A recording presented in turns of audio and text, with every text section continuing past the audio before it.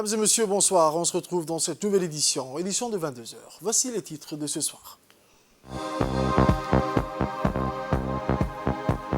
Distribution de la zakat au profit des plus nécessiteux dans la capitale Djibouti.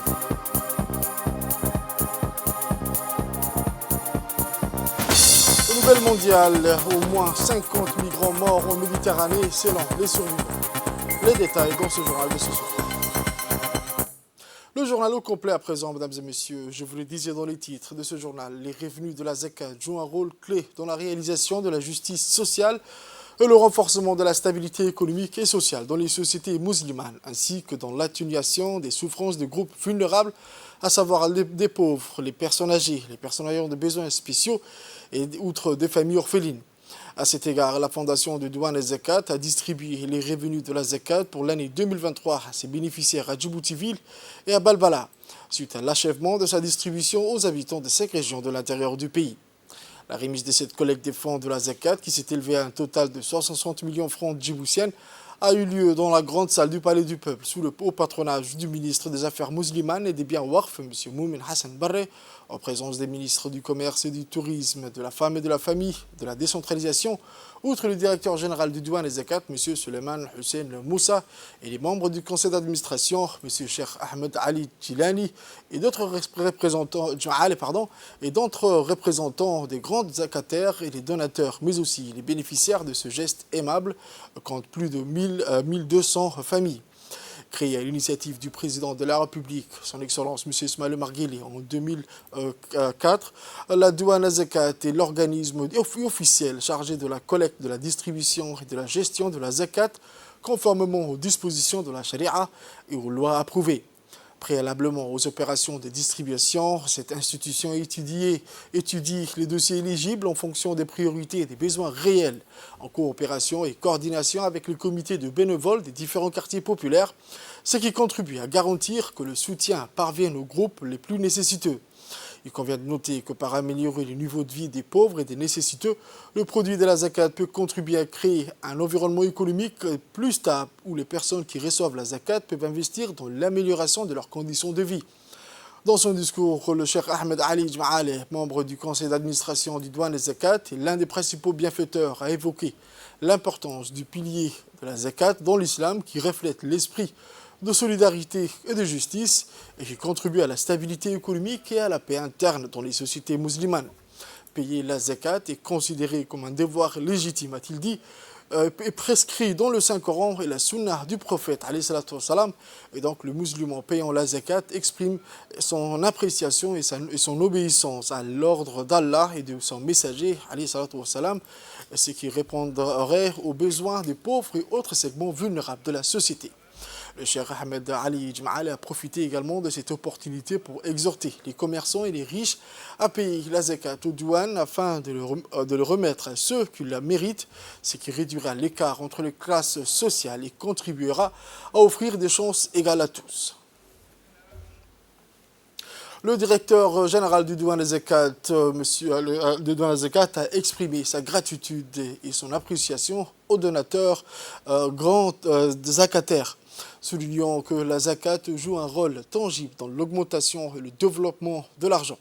Il ne faut aucun doute que le pilier de la zakat a été et continue d'être le remède divin pour résoudre le problème de la pauvreté et de ses dimensions, mais aussi de renforcer la solidarité sociale si ceux qui sont en mesure de la payer s'engagent, a affirmé M. Suleiman Hussein Moussa, directeur général de la Douane et Zakat.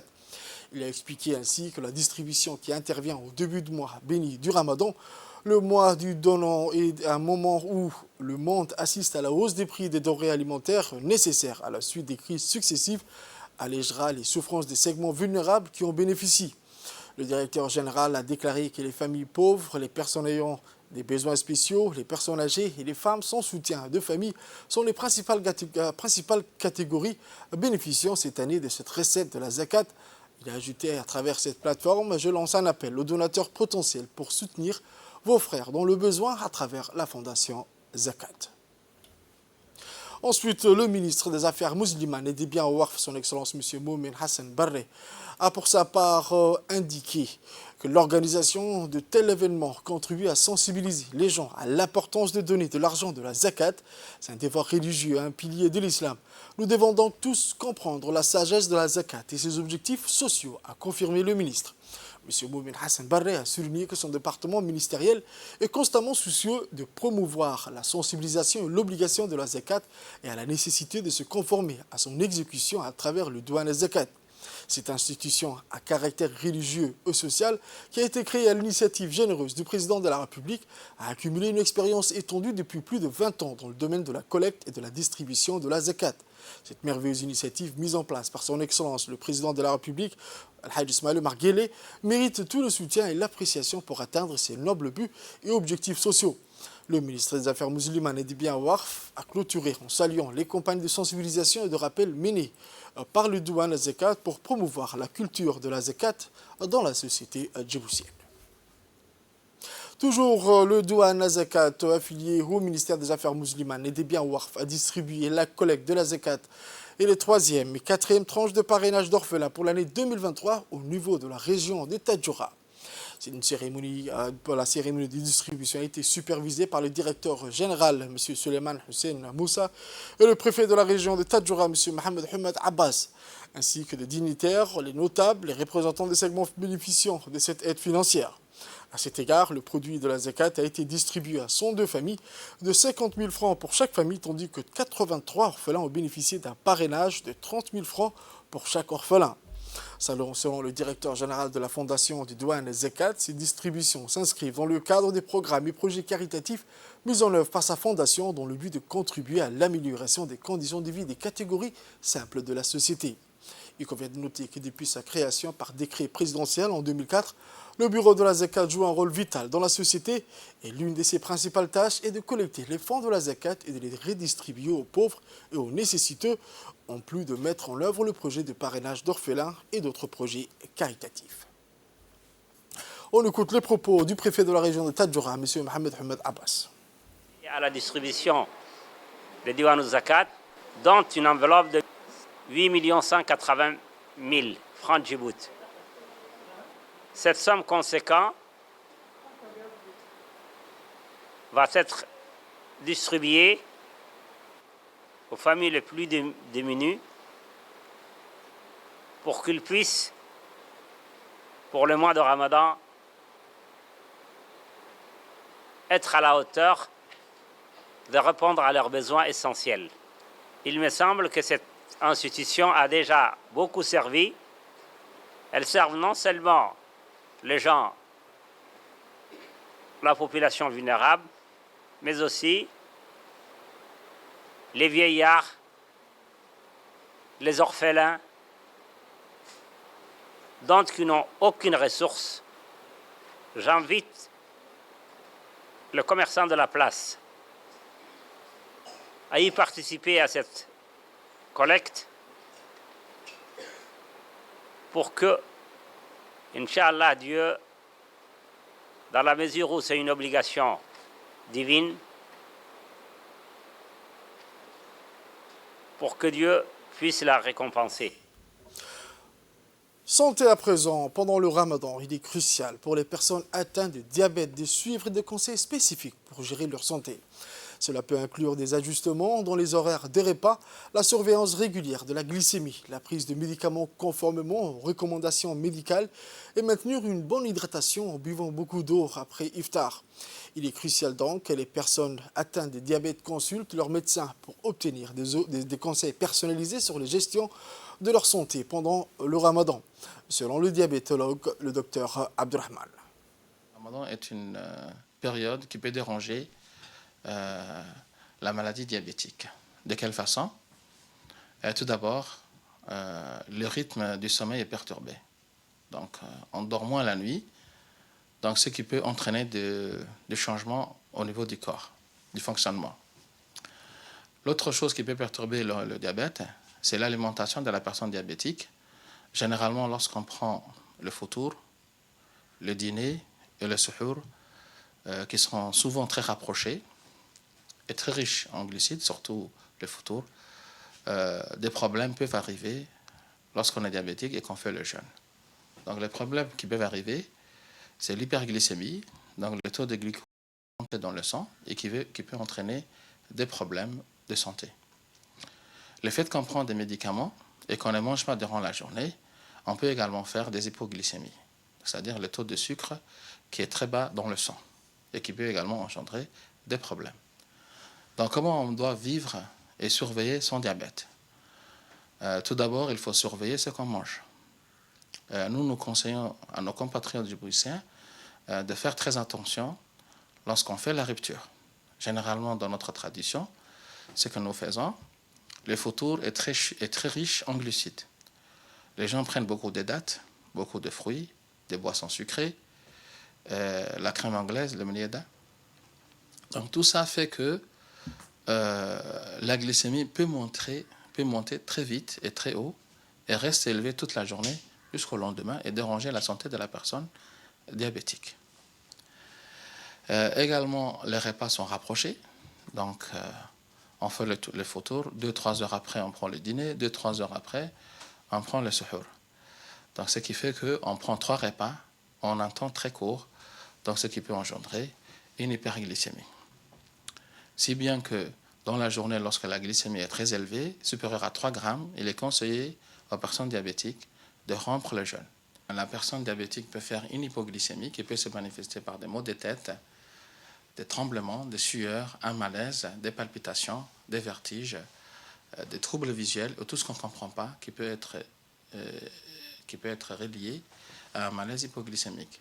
Si on a l'occasion de se contrôler et qu'on arrive à faire un contrôle glycémique avec son appareil dextro, et l'hypoglycémie, c'est lorsque le chiffre de glycémie affiché sur la machine est inférieur à 80 mg par décilitre, ce qui veut dire 0,8 g. Donc là, il est conseillé de rompre le jeûne. Donc pour surveiller son diabète, il faut faire plusieurs contrôles par jour, jusqu'à 6 à 7 fois par jour, durant la journée et la nuit. Le matin à 9 h, on doit se contrôler, parce qu'on se réveille avant d'aller au travail. Vers midi, il faut se contrôler. Vers 16 h, il faut se contrôler. Avant la rupture, il faut se contrôler. Vers 11 h, avant de se coucher, il faut se contrôler. Et avant de prendre le suhour, il faut se contrôler. Donc on rappelle qu'il faut rompre le jeûne lorsque la glycémie est inférieure à 80 mg ou 0,8 g ou supérieure à 3 g. Donc comment faut-il s'alimenter? Ce qu'on peut conseiller avec notre expérience, c'est d'éviter de prendre les foutours classiques, de prendre beaucoup d'eau, bien sûr. Si on suit le prophète, sallallahu alayhi wa sallam, prendre 1 à 3 dattes de l'eau et puis manger directement, prendre directement son dîner, c'est la meilleure façon de contrôler son diabète avec les médicaments qui sont prescrits, bien sûr. Donc l'alimentation qu'on doit prendre doit être équilibrée. On peut prendre un fruit après avoir mangé. Donc il faut éviter de prendre les jus mixés. Donc, et la personne répartit les médicaments en 2 temps, donc à la rupture et au suhour. Pour ce qui est des injections, donc, il est conseillé de diminuer les doses d'insuline et de voir avec son médecin de 20%, voire 30%. Et le suhour aussi, il faut diminuer un peu la dose d'insuline. Les médicaments, on les prend à 2 reprises aussi, à la rupture et au suhour. La célébration de la première semaine nationale des mathématiques décrétée par le ministre de l'Éducation nationale et de la formation professionnelle s'est également déroulée dans tous les établissements de la région d'Oborg du 10 au 14 mars 2024, à l'instar de tous les pays. Il faut rappeler que l'objectif de cette initiative dédiée cette année sur le thème de Jouons avec les mathématiques consistait à donner à tous les élèves de préscolaire au lycée, à leurs parents et au grand public, une image actuelle, vivante et attractive des mathématiques et du codage. Le second objectif consistait par ailleurs à développer auprès des étudiants le goût de la recherche et susciter en eux des émulations autour des mathématiques, du codage et de la robotique. Ainsi, durant toute la semaine, les élèves depuis les classes préscolaires jusqu'au lycée se sont plongés dans l'univers fascinant des mathématiques, réalisant des activités ludiques et des jeux mathématiques pour manipuler des nombres ou résoudre des situations Problème du numérique, des formes géométriques, des mesures, du codage et de la robotique dans les grandes classes sous les responsabilités de leurs enseignants. Au dernier jour de la semaine, c'est-à-dire jeudi 14 mars, les autorités locales, en l'occurrence le préfet d'Obok, M. Moussa Adem Migane, le président du conseil régional, M. Mohamed Hamed Ismail, se sont rendus dans tous les établissements scolaires du chef-lieu sous la conduite du chef de service régional de l'éducation, M. Hamed Ali. Dans chaque établissement, les chefs d'établissement qui ont invité à cette occasion les parents d'élèves avaient aménagé des stands où étaient exposées les activités réalisées par chaque classe. En présence de la délégation, les élèves ont réalisé à tour de rôle les activités en résolvant les problèmes et les énigmes qui leur ont été présentés par les enseignants. Toujours au nord, à Tadjoura à présent, le mercredi 13 mars 2024, l'IGAD, l'autorité intergouvernementale pour le développement, a organisé en collaboration avec Cities Alliance et l'Agence de coopération internationale allemande pour le développement, l'Union européenne, la coopération suédoise au développement, une réunion régionale d'apprentissage par les pairs sur le rôle des villes secondaires dans la promotion et l'apport de solutions pérennes aux migrations et aux déplacements forcés. L'événement a mis en lumière la manière dont les villes secondaires de soutenir la mise en œuvre du cadre d'action global pour les réfugiés et des agendas internationaux dans la Corne de l'Afrique ainsi que les besoins et les lacunes auxquelles elles sont confrontées. Cet événement importante rencontre dédiée à l'échange mutuel et l'apprentissage par les pairs sur le rôle des villes secondaires dans la promotion et l'apport de solutions pérennes aux migrations et aux déplacements forcés de 3 jours qui s'est déroulé au Gadili Resort de Tadjoura avec pour thématique le déplacement forcé et de l'urbanisation rapide, une meilleure planification pour une meilleure intégration. La rencontre a mobilisé de hauts responsables publics et des experts dans le domaine de la migration. Les uns et les autres ont pu confronter leur expertise et partager leur expérience en matière de migration. S'exprimant au nom du secrétaire exécutif de l'IGAD, le Dr Bourkane Gabié ou Mme Fatia Aboubakar Alouane, directrice de la division de la santé et du développement social, a expliqué que l'IGAD est honoré de co-organiser cet événement majeur avec Cities Alliance. On écoute ses propos. L'intitulé en fait du thème que nous abordons en fait dans ces déclinaisons multiples tout au long de nos assises ici à Tadjoura s'intitule Déplacement forcé et urbanisation rapide. Une meilleure planification pour une meilleure intégration. Donc l'IGAD aussi est honoré de co-organiser cet événement avec City Alliance. Les études aussi disponibles relèvent avant tout l'importance croissante de l'urbanisation à travers tous les continents, avec un basculement démographique de la population mondiale désormais majoritairement concentrée dans les villes et les zones urbaines. À ces tendances aussi mondiales s'ajoute le fait que la plupart des réfugiés et des personnes déplacées à l'intérieur de leur pays vivent désormais dans des zones urbaines et semi-urbaines. Donc cet afflux de population précarisée exerce une pression considérable sur les villes et en particulier sur les villes secondaires ou intermédiaires des pays de migration. Donc avec le pacte mondial sur les réfugiés et le cadre global de réponse aux réfugiés. La plateforme de soutien de l'IGAD qui vient juste d'être présentée et en fait s'inscrit dans le cadre de la pacte mondial sur les réfugiés qui a été lancé en 2019 lors du premier forum mondial sur les réfugiés à Genève. Et la plateforme vise aussi à maintenir l'élan et aussi mobiliser les ressources et les soutiens accrus pour la mise en œuvre du CRRF. Donc en collaborant avec City Alliance, l'IGAD en fait va coordonner actuellement un partenaire régional qui devrait aussi permettre d'apporter une assistance substantielle pour que ces villes intermédiaires aussi appelées villes secondaires et qui gèrent des flux de migrants et de réfugiés dans tous nos États membres puissent être capables de planifier un développement durable et inclusif pour le bien-être de tous les habitants. On écoute à présent les propos du préfet de la région de Tadjoura. Comme nous en sommes conscients, la situation des réfugiés qui fuient leur pays pour des raisons diverses, en raison du conflit, en raison de violations des droits de l'homme,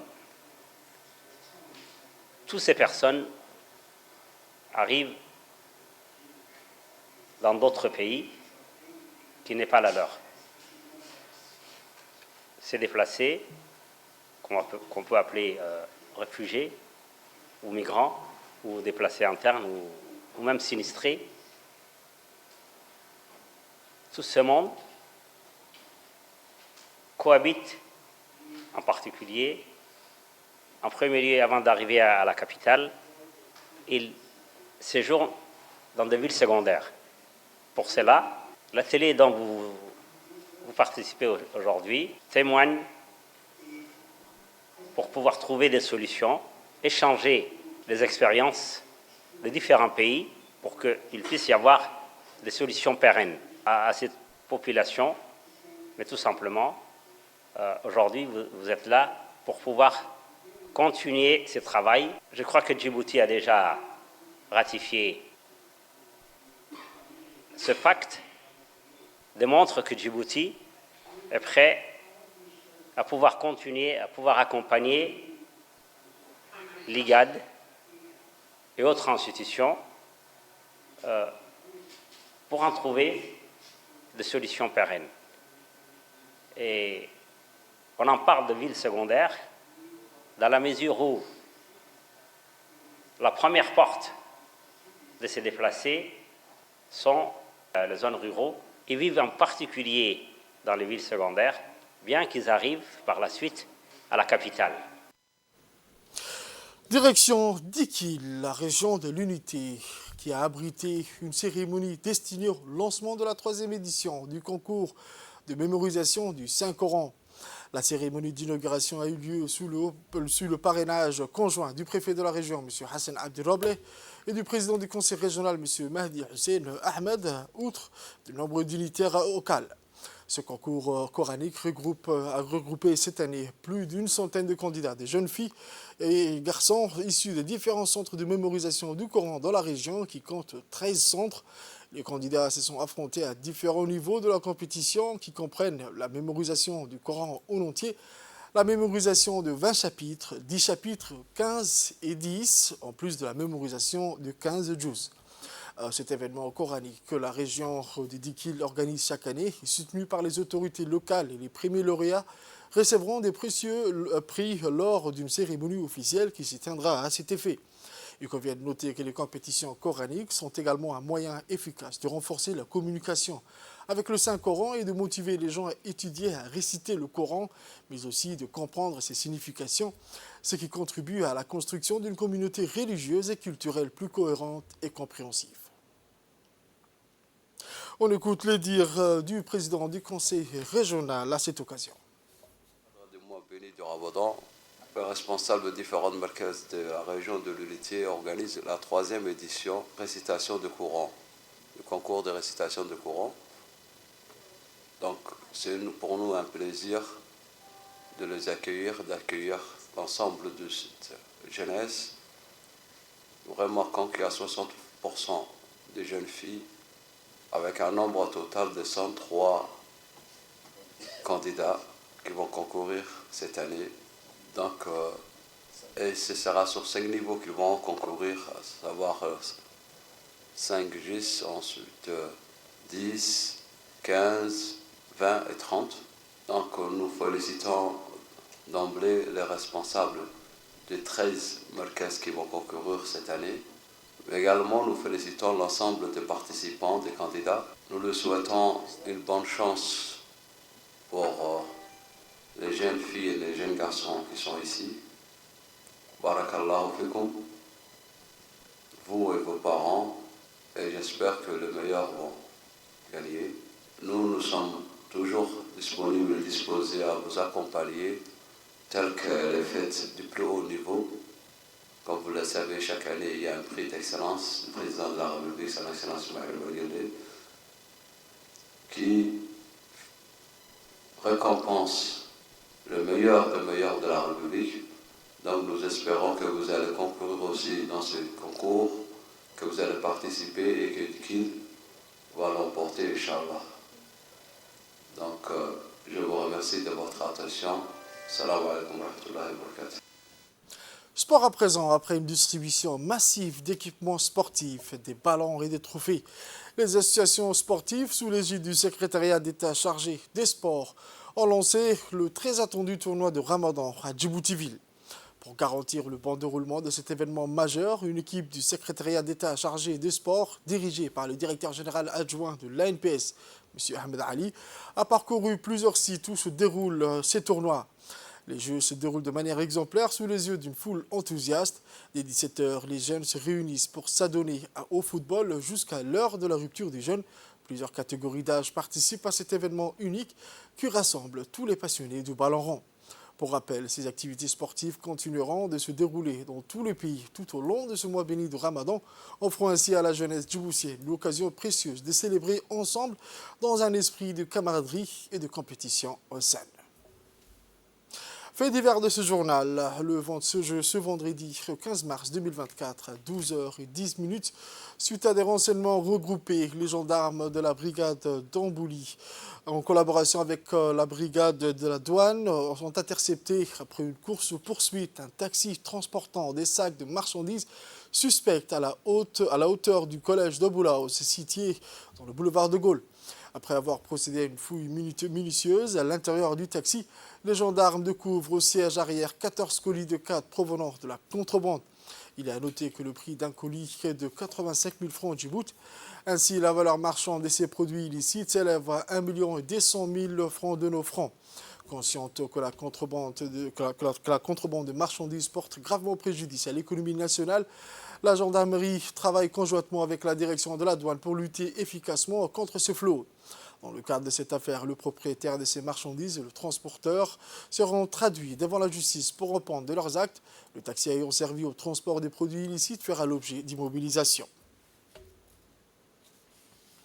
En Somalie à présent, le président de la République fédérale de la Somalie, M. Hassan Sheikh Mohamud, qui a assisté à la cérémonie de remise des diplômes de la 22e promotion de l'Université nationale de Somalie, a parlé de la priorité accordée par le gouvernement à l'amélioration de l'éducation dans le pays et de l'importance du paiement des impôts pour le développement des services sociaux. Le président Hassan Sheikh Mohamud, qui a soutenu les efforts du gouvernement somalien pour rouvrir l'université, mise en œuvre en 2014, a déclaré que le gouvernement s'est concentré sur le développement et la promotion de l'éducation dans le pays. Le président a félicité le doyen et le professeur de l'université qui ont travaillé dans des circonstances difficiles et a salué également la vision de relancer l'université et d'éduquer la génération future pour qu'elle serve son peuple. Les étudiants diplômés de l'Université de la Somalie, qui est à la 22e promotion de l'université, étaient au nombre à plus de 1500 qui ont complété les différents collèges de premier niveau et de deuxième niveau de spécialisation supérieure. Aux nouvelles mondiales à présent, le Premier ministre néerlandais était au Caire. Mark Rutte a échangé avec le président égyptien sur la situation dans la bande de Gaza. Abdel Fattah al-Sisi a mis en garde Israël contre le lancement d'une offensive militaire terrestre à Rafah. Plus de la moitié de 2,3 millions d'habitants de Gaza sont entassés dans cette ville qui fait frontière avec l'Égypte. Ce que l'autorité d'occupation fait à l'égard des civils dans la bande de Gaza représente une grave violation du droit international et du droit international humanitaire. L'Égypte a mis en garde à plusieurs reprises contre les plans israéliens visant à rendre la vie impossible dans la bande de Gaza. L'Égypte met également en garde contre le projet israélien de lancer une opération militaire terrestre dans la ville palestinienne de Rafah, qui menace la vie de plus d'1,5 million de personnes déplacées. Israël a la responsabilité de les protéger conformément aux règles du droit international, a déclaré le président égyptien Abdel Fattah el-Sisi. L'Égypte redoute l'afflux des Palestiniens sur son sol en cas d'invasion de Rafah, alors que le principal porte-parole militaire israélien a déclaré que les civils de Rafah seraient dirigés vers des îles humanitaires. Autre nouvelle mondiale, je vous le disais dans les titres, des migrants secourus en Méditerranée par les humanitaires du SOS Méditerranée. Leur embarcation de fortune a quitté Zawiya en Libye pour l'Europe avec 75 personnes à bord, dont des femmes et au moins un enfant en bas âge depuis une semaine. Ces survivants ont fait savoir qu'une cinquantaine de leurs compagnons de voyage n'ont pas eu la même chance. Ils ont péri pendant la traversée. Le navire Ocean Viking de l'organisation caritative européenne a repéré le canot pneumatique avec 25 personnes à bord. 2 d'entre elles, inconscientes, sont décédées. Les 23 autres personnes sont dans un état grave, épuisées, déshydratées et brûlées par le carburant à bord du bateau. Selon l'Organisation internationale pour les migrations, au moins 279 personnes sont mortes en Méditerranée depuis le 1er janvier.